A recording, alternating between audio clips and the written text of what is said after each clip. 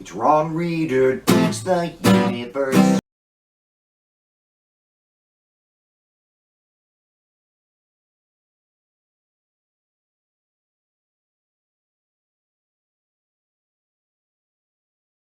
I'm Ron Reader, and this is Ron Reader Digs the Universe. And tonight, GOP Senator Ernst says, let them eat cake and die.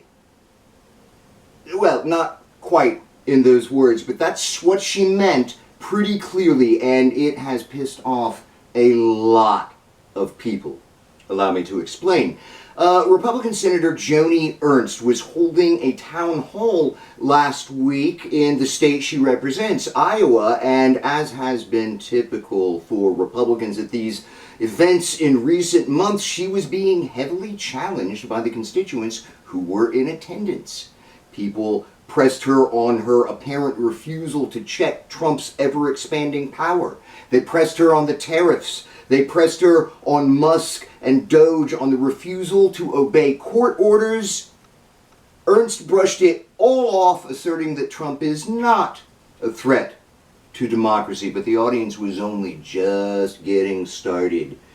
The GOP's proposed massive Medicaid cuts came up, and she tried to reassure her constituents by telling them that Republicans want to cut funding only for ineligible people.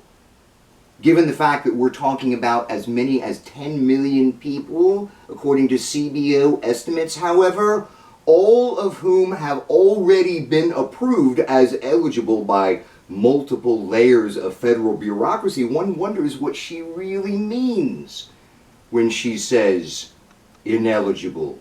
And her fellow Iowans were not buying it. People were shouting criticisms at her, and at one point somebody yelled, "People will die."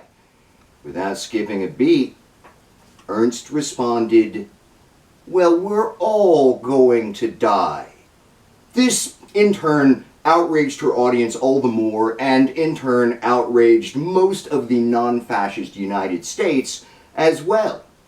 Speaking of fascism, Ernst doubled down the next day, employing a classic fascist rhetorical device. She posted to social media a video of herself walking through a cemetery, and in this video she apologized for not realizing that her constituents don't understand that people die, and was glad, at least, that she did not have to tell them of the tooth fairy's non-existence.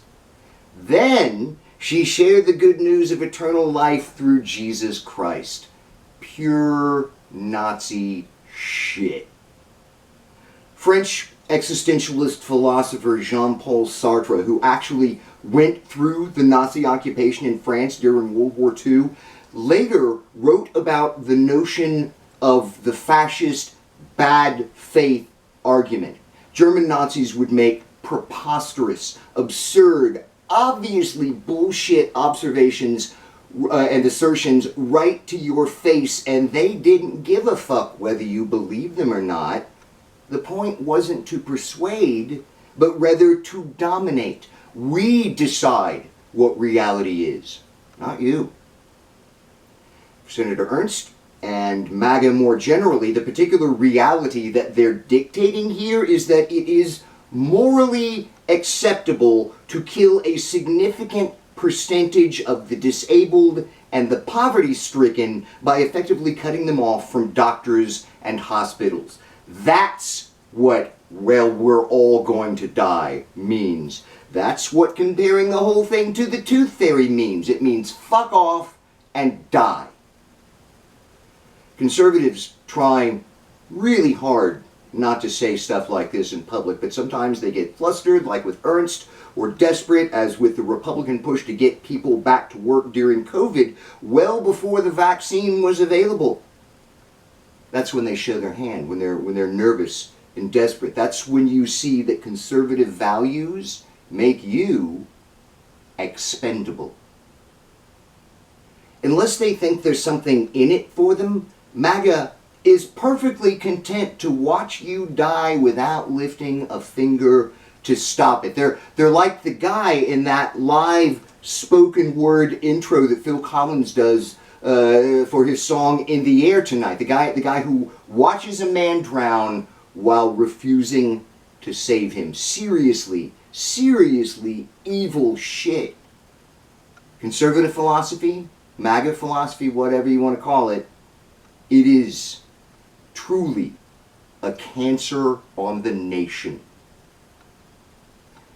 I'm Ron Reeder, and this has been Ron Reeder Digs the Universe. Join me, Ron Reeder, again next week for another episode of Ron Reeder Digs the Universe.